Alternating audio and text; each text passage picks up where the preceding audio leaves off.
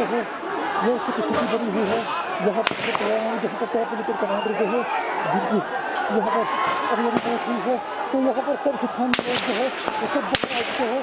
चेहरा में पकड़ा है, यहाँ पर देख सकते हैं कि फायरिंग भी ताबड़तोड़ फायरिंग यहाँ पर हो रही है। इसमें अगर हम बात करें सिविलियन भी बहुत सारे जख्मी हुए हैं, उनको गोली लगने की भी खबर है और बहुत सारी जो बाला चक्कर